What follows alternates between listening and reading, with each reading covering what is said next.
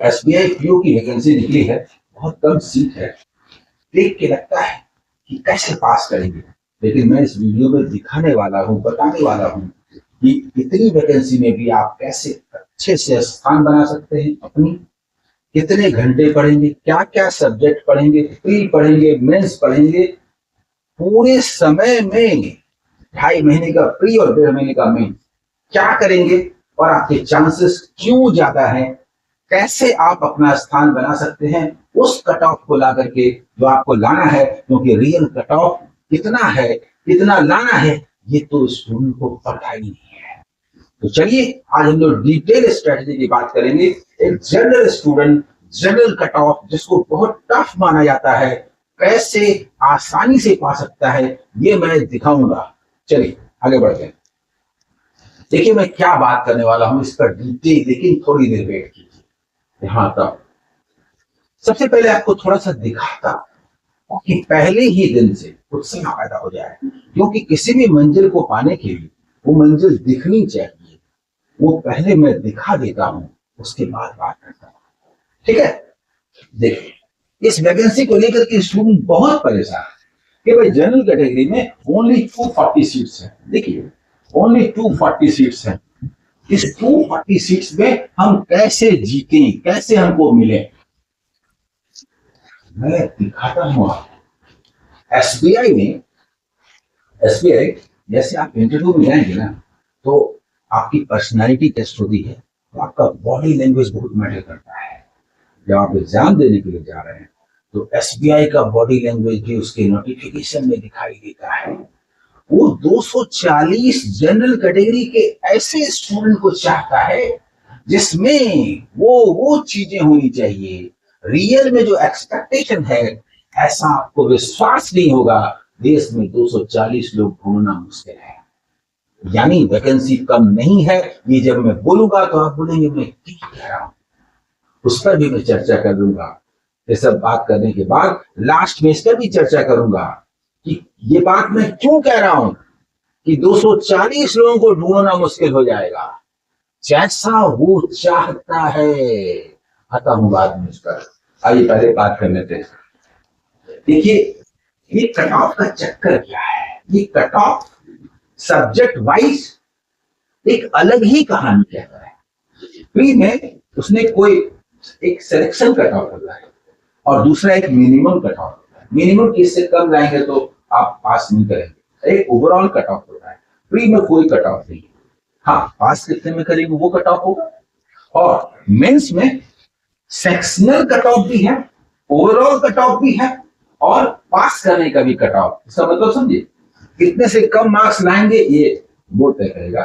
तो आप इस सेक्शन में, मैथ्स में, रीजनिंग में, सब में आप पास नहीं कर सकेंगे, इतना कम से कम लाना पड़ेगा। उसके बाद कुल मिला के इससे कम लाइएगा तो हम आपको जॉब नहीं देंगे। इससे ऊपर लाइए और फिर कैटेगरी में जो सीट है उसके मुताबिक जहां जाएगा, that is final selection cut off. समझ गए ना। तो देखिए ये जो मैंने कई ईयर्स का लिखा है, इसमें आप देखिएगा 2023 22 में भी देखिए जनरल कैटेगरी का 59.50 और 2023 में भी 59.25, मतलब ज्यादा अफेक्टेड नहीं हुआ। इस बार मैं थोड़ा मान के चलता हूं कि ये 60 होगा।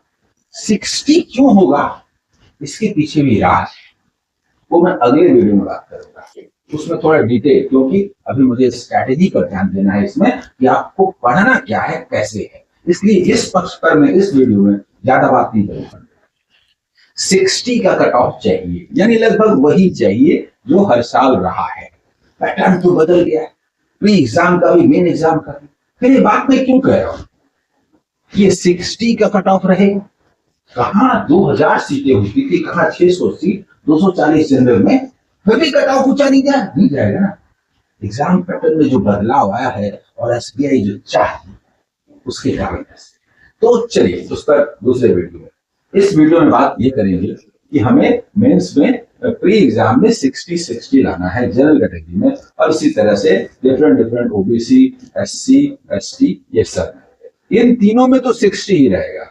एससी में ये 50 जाएगा और एसटी में 45 जाएगा। इतना लाए तो आप पास वाला cut off, minimum cut off नहीं, पास वाला, मिनिमम तो है ही नहीं।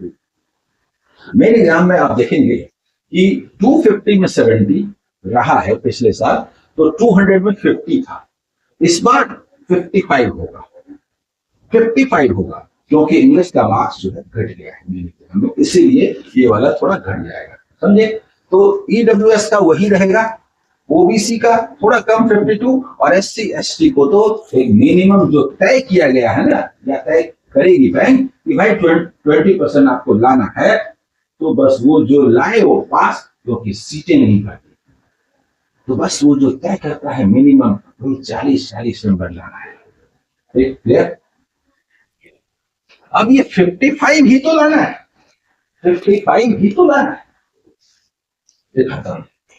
इसमें प्री में जो 60 लाना है, तो जनरल कैटेगरी के लिए 20-20-20 तीनों में चाहिए। ये मैंने एक पैमाना रखा है, मतलब 60 का एक पैमाना 20-20-20। हर स्टूडेंट बराबर तो नहीं होते ना, किसी का कुछ स्ट्रांग होता है, किसी का कुछ होता है, कोई मिनिमम कट ऑफ नहीं होता। टेक्निकली तो आप किसी में 0 ला करके भी पास कर सकते हैं, लेकिन 0 ला करके आप 60 तो नहीं ला सकते ना। अगर आप इसमें 0 ले आइएगा तो ये 30-30-60 तो नहीं आएगा ना, इसलिए प्रैक्टिकली 0 लाने से तो सिलेक्शन नहीं होगा, टेक्निकली तो खैर होगा। तो ये 20-20-20, कोई इसमें थोड़ा ज्यादा ला सकते हैं, इसमें कम ला सकते हैं, इसमें ज्यादा ला सकते हैं, मतलब ओवरऑल मान करके चलिए कि अगर हम स्टैंडर्ड माने तो ये 20-20-20 यानी 60 का कट ऑफ होगा प्री में, ठीक है। इसके बाद देखिए रीजनिंग, मैं ये भी बता दूं क्यों होगा। अलग अलग स्टूडेंट, अलग अलग कैटेगरी, अलग अलग, आप देखेंगे किसी की इंग्लिश मजबूत होती है तो मैथ्स रीजनिंग गोल होता है, किसी का मैथ्स में स्ट्रांग होता है तो रीजनिंग गोल होता है, किसी का रीजनिंग स्ट्रांग होता है मैथ्स गोल होता है, तो कहीं कम कहीं बेसी, क्योंकि किसी को यहाँ पर 22-23 आ जाएगा, यहाँ पर 17-18 लाने में दिक्कत होगी, लेकिन इंग्लिश में वो बढ़िया कर देगा। हर स्टूडेंट का अलग अलग होता है, इसलिए मैंने कहा कि ये ओवरऑल 60। ये बात इसलिए भी क्योंकि जो क्वांट है वो 20 मिनट्स में अब 30-30 का हो गया है, इसका मतलब टफ होने जा रहा है। इसका मतलब ये हुआ कि उसमें स्कोर करना मुश्किल होगा पहले की तुलना में। पहले भी 35 में 27-28 लाने में दिक्कत होती थी स्टूडेंट को 20 मिनट्स में, इस बार थोड़ा और टफ होगा, तो 27-22 कहां से आएगा, 20-20 बहुत है। पास करने के लिए किसी को 22-23 भी आ सकता है, लेकिन जनरल जो पास करने वाले स्टूडेंट हैं वो ये रहेगा, ठीक है। जो मेंस एग्जाम है उसमें आप देखेंगे कि ये एग्जाम पैटर्न है और इस तरह से चीजें हैं, बहुत कुछ बदलाव हुआ है। रीजनिंग और कंप्यूटर में देखिए 40 क्वेश्चन के लिए 60 मार्क्स है, 30 क्वेश्चन के लिए 50 मिनट्स दिया गया है। डेटा एनालिसिस एंड इंटरप्रिटेशन 30 के लिए 60 या 45 मिनट्स है। ये सब में बदलाव हुआ है, देखिए 45, ये जनरल अवेयरनेस में बदलाव हुआ है, 60 हो गया 40 की जगह पर, और इसका मार्क्स यहाँ पर कंपनसेट हुआ है, यहाँ का 20 लेके इसको दे दिया गया, इसका 20 लेके इसको दे दिया गया। तो करंट अफेयर्स बहुत इंपॉर्टेंट रोल प्ले करने वाला है। मैं अलग से वीडियो और शॉर्ट्स बना करके इसको और भी ज्यादा एक्सप्लेन करूंगा कि अलग अलग स्टूडेंट का अलग अलग स्ट्रॉन्ग होता है। तो हालांकि सेक्शनल कट ऑफ है, ओवरऑल कट ऑफ भी है, फिर भी वो कट ऑफ तो बहुत कम होगा ना, लेकिन पास करने के लिए कुछ ज्यादा मार्क्स चाहिए। तो किसी का कोई साइड स्ट्रॉन्ग है वो कैसे पास कर सकता है, वो अलग से मैं वीडियो पर बात करूंगा, इसमें नहीं। इसमें तो मुझे पढ़ाना और आप कैसे पास करेंगे वो दिखाना है, बस थोड़ी सी चर्चा यहाँ पर कर रहा हूँ। देखिए रीजनिंग और में यहाँ भी सबों का अलग अलग होगा, किसी का कुछ स्ट्रॉन्ग है, किसी का कुछ। एक जनरल पॉइंट ऑफ व्यू लीजिए तो रीजनिंग में अगर आप 12 क्वेश्चन बना लेते हैं तो 18 मार्क्स हुआ, डीआई में 10 क्वेश्चन बना लेते हैं तो 20 हुआ, 10 माने 13। जनरल अवेयरनेस में 10 बना लेते हैं, आउट ऑफ 60 में सिर्फ 10 बोल रहा हूं, आप ज्यादा ही बनाएंगे। और इंग्लिश लैंग्वेज में 16 अगर बना लेते हैं 40 में तो 8 हुआ, ये 56। इतना जो ले आएंगे वो पास कर जाएंगे, लेकिन ये इतना लाना इतना आसान नहीं है। इसी के लिए तो ये पूरा का पूरा कंपटीशन है, और इसी के लिए तो मैं प्लान करने जा रहा हूं। ये एक बड़ा स्कोर है 56, क्योंकि क्वेश्चन टफ होंगे। सुन करके आपको लगता है हर बार ऐसा होता है, सिर्फ इस बार की बात नहीं, हर बार ऐसा होता है, सिलेक्शन वही 55 में होता है, वही 55 में होता है, वही 55 में यहाँ बोल रहा हूँ, 55 या 56 मैं बोल रहा हूँ। ठीक है, ये लाना आसान नहीं है। कई बार ऐसा होता है कि मैथ्स में बनता ही नहीं क्वेश्चन, 2-3 क्वेश्चन होके रह जाते हैं, ऐसा भी होता है।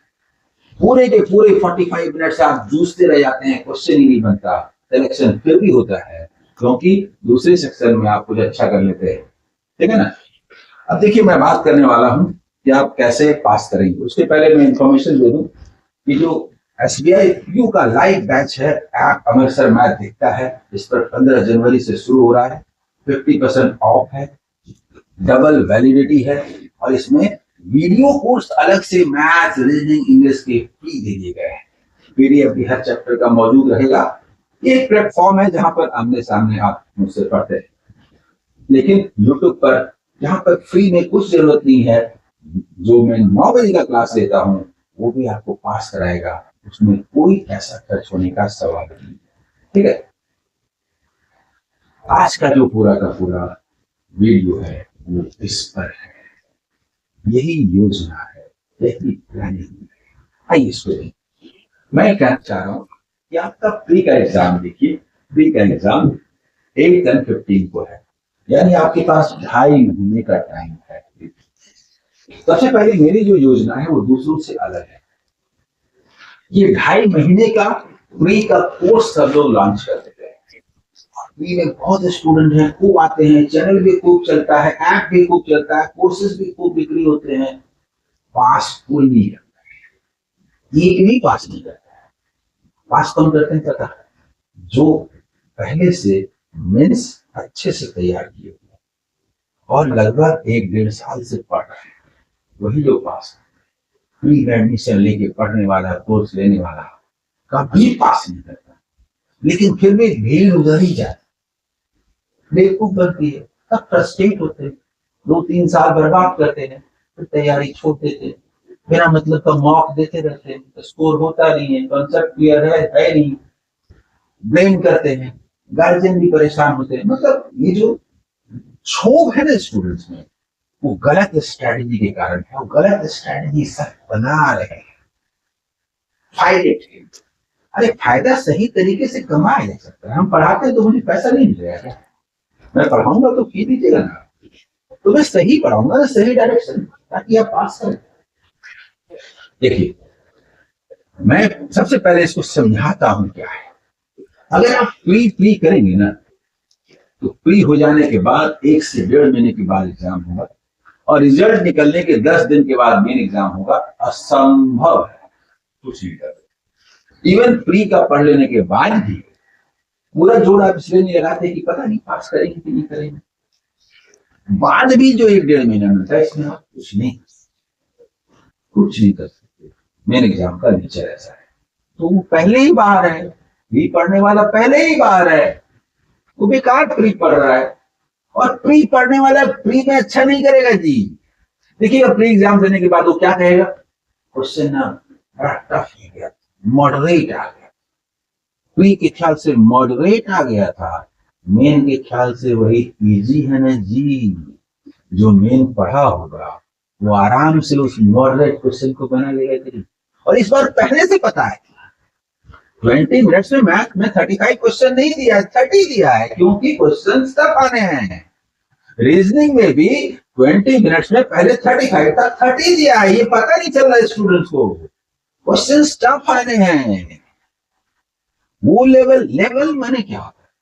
कॉन्सेप्ट, चैप्टर की कॉन्सेप्ट की क्लियरिटी, ये बहुत इंपॉर्टेंट। इसीलिए मेरी जो स्ट्रेटजी है, 15 जनवरी तक, 15 जनवरी तक मेंस पढ़ना है डेडिकेशन के साथ।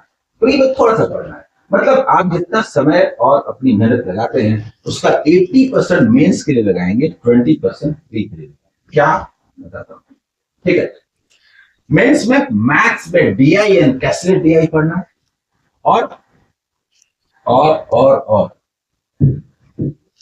रीजनिंग में पजल पर कंसंट्रेट, खूब पजल बनाना है। पजल बनाने का तरीका कल मैंने उस डिस्कशन में बताया था। जो चैनल के मेंबर है ना, उनका सेशन में लेता हूँ हर एक दिन छोड़ करके रात में। तो उसमें 2 स्टूडेंट आते हैं सामने स्क्रीन पर, वो अपने प्रॉब्लम बताते हैं, और उनके सामने मैं समूह के साथ लाइव बात कर रहा हूँ। उसमें मैंने बताया कि आप पजल्स को जीत लिए तो जंग जीत लिए, बीआई को जीत लिए तो जंग जीत। पजल को पढ़ने का सही तरीका कोई नहीं बताता है इसमें। सभी पजल लेके सॉल्व करने लगते हैं और अपना सॉल्व करते हैं। बच्चा क्या समझेगा, इतना टफ है। वो करिश्मा चमत्कार देखता है। पजल बनाने का बेस्ट वे है सॉल्व पजल बनाना, सॉल्व पजल को देखना कि उन पजल को कैसे बनाया गया है, और ऐसा 100 पजल सॉल्व अनसॉल्विंग, अरे हमको आते नहीं, हम बनाएंगे कैसे? तो उसी में समय चला जाएगा, दिमाग भी खर्च होगा और डिमोटिवेट हो जाएगा। बना हुआ पजल बहुत अच्छा तरीका, चलिए मैं बताइए। एक पजल उठाया, सॉल्व है, क्वेश्चन को पढ़ा, देखा कैसे कैसे बना, अच्छा अच्छा अच्छा ऐसे ऐसे बनता है, हाँ समझ में आ गया। उसके बाद फिर दूसरा पजल उठाया, क्वेश्चन पढ़ा, धीरे धीरे धीरे धीरे, एग्जाम हॉल नहीं है, पढ़ना समझना है, एकदम आराम से आधा घंटा में एक पजल बनाइए, कोई जल्दी नहीं।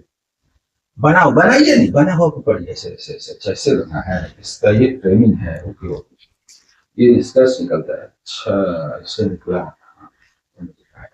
फिर तीसरा उठाइए, फिर चौथा उठाइए, पांचवा उठाइए, 8-10 पजल बनाते बनाते लगेगा अच्छा ऐसा क्वेश्चन होने पर ऐसे जाते हैं, और 5-10 बनाइएगा ना, 20 पहुंचते पहुंचते लगेगा ये ऐसे बनाया है, ये तो ऐसे जल्दी बन जाता।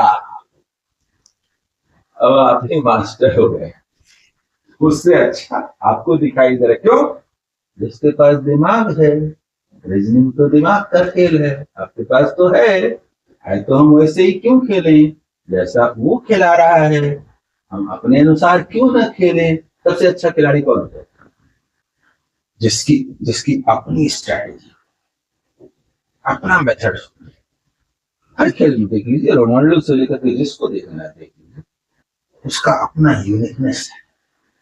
आपकी अपनी पद्धति डेवलप हो जाएगी। 100 पजल बनाइएगा ना, मास्टर हो जाएगा। मास्टर बनाइएगा नहीं, बना हुआ देखिएगा, और उसके बाद उसके बने हुए मेथड को आप काट दीजिएगा, है इससे पहले तो हम बना लेंगे। कब पजल घुस गया दिमाग में पता तक नहीं चलेगा। ये पजल पढ़ने का तरीका है, ये डीआई पढ़ने का भी तरीका है जी। मैंने आईपीएस क्लब मेंस के 50 डीआई का सेट जारी की। वो जब लाइव लेता हूँ तो लाइव रहता है समूह के लिए 8 आवर्स तक, उसके बाद फिर वो चैनल मेंबर के लिए रिजर्व में आता है। कुछ नहीं, चैनल मेंबर बन जाएगी, उसको आप देखिए। अभी एसबीआई के लिए फिर शुरू कर रहा हूँ, तो आपके लिए भी मैंने किया, 10 डीआई मैंने किए, और एसबीआई के लिए मैं सोचता हूँ 100 डीआई पर। 1 डीआई को आप बनाइए नहीं, मेरा बना हुआ देखिए, अच्छा अच्छा, जैसे पजल पढ़ने को ऐसे ऐसे होता है, ऐसे होता है। कुछ दिन के बाद आपका भी दिमाग दौड़ने लगेगा, अच्छा ऐसे क्यों ना करते। 2-3 बार देखेंगे ना, मैथ्स में ज्ञान मिल जाएगा, समझ आ जाएगा कि मैथ्स इसको कहते हैं, डीआई समझ में आ गया ना। लोग कहते हैं सारे चैप्टर पर कमांड करने के बाद डीआई पढ़ना चाहिए, हाँ एक तरीका है, लेकिन वो तो एक तरीका है ना, दूसरा तरीका ये भी तो है, जब कोई समझाने वाला हो मैंने तो समझाया।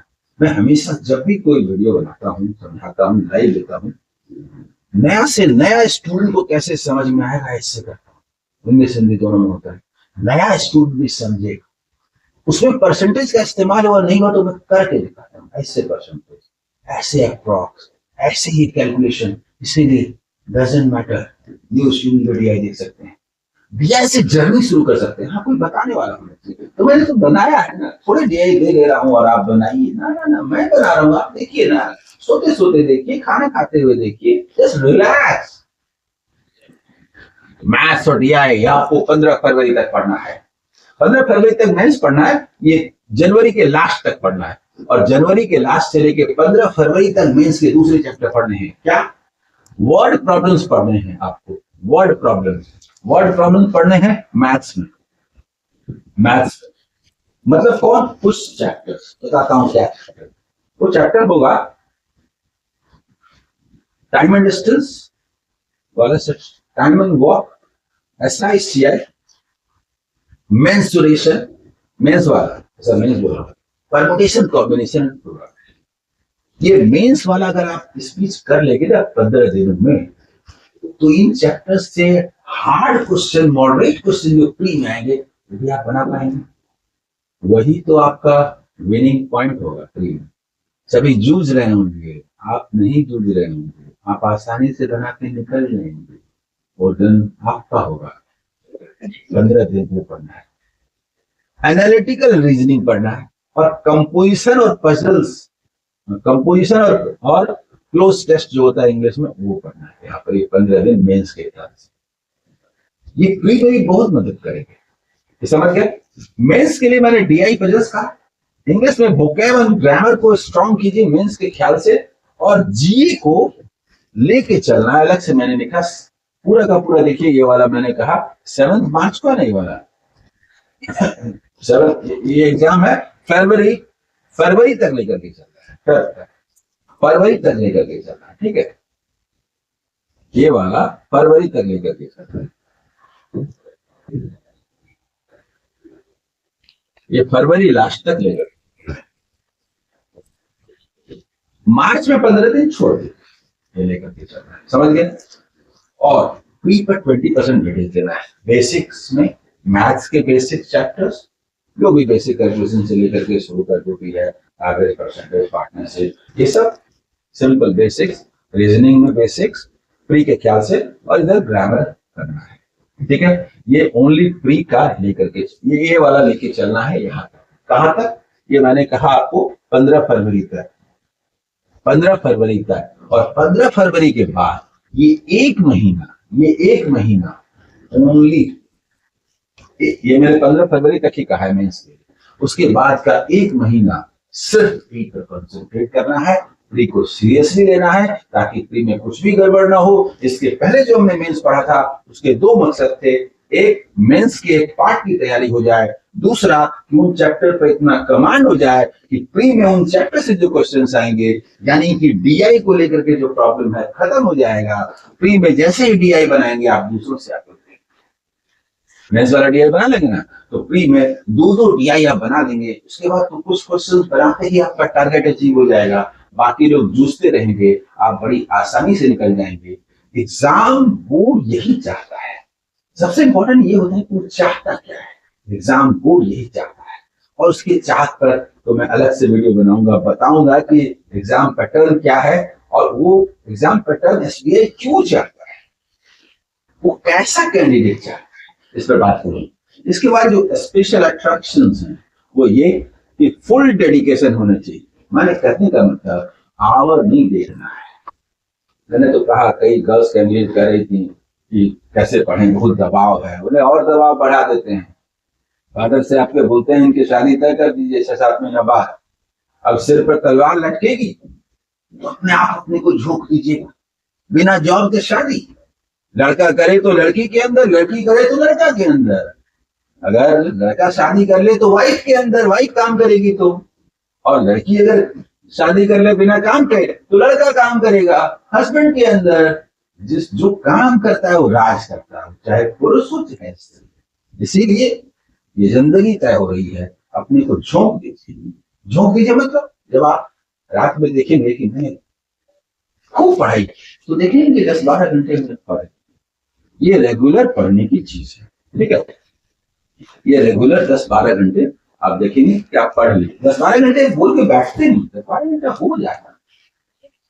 इसके बाद चैप्टर वाइज टेस्ट देना है आपको, मैथ में, रीजनिंग में, इंग्लिश में, सब चैप्टर वाइज टेस्ट लेना है। ये डेली देना है, लेकिन मॉक टेस्ट जो है वो वीक में एक देना है, ताकि पूरे वीक में आपने क्या पढ़ा, वो प्रीवियस ईयर्स का जो मेमोरी बेस्ड पेपर है, वो एक कंप्लीट पेपर एक सप्ताह के बाद देके टेस्ट कर लीजिए कि मैथ, रीजनिंग, इंग्लिश, ये सब में हम कितना आगे बढ़े हैं।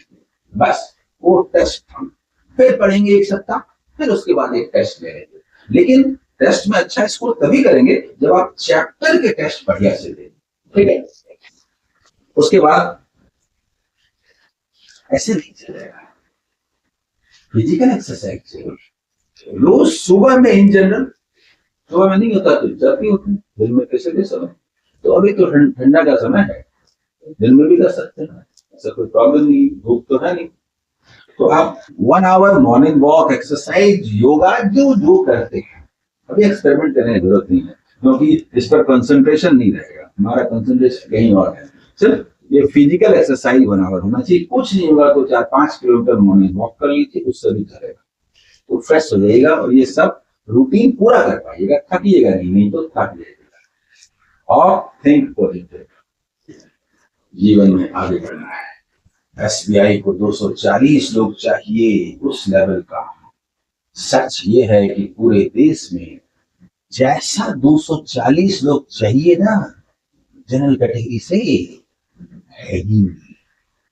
सुन के आश्चर्य का, और ये किसी और वीडियो में दिखाऊंगा कि एसबीआई क्या क्या चाहती है, कुछ अलग ही चाहती है, वो कुछ अलग ही करना चाहती है, इसीलिए प्राइवेट बैंकों से कॉम्पीट कर रही है, बेहतर कर रही है।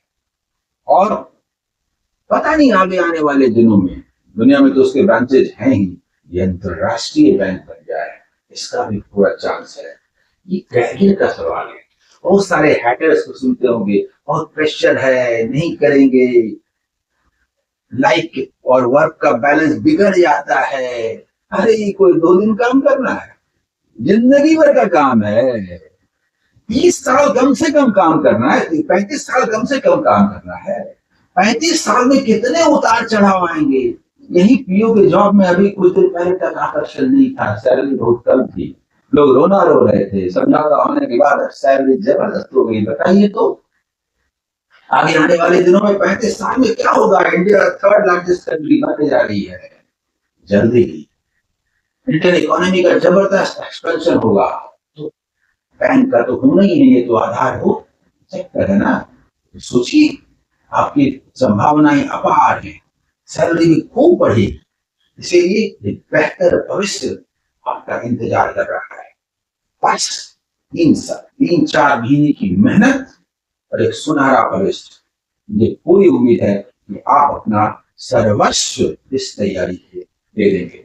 बोलिए, आपको पॉजिटिव अप्रोच नजर आ रहा है? ओके, रात में रोज 9 बजे हमारे सर यूट्यूब चैनल पर आइए।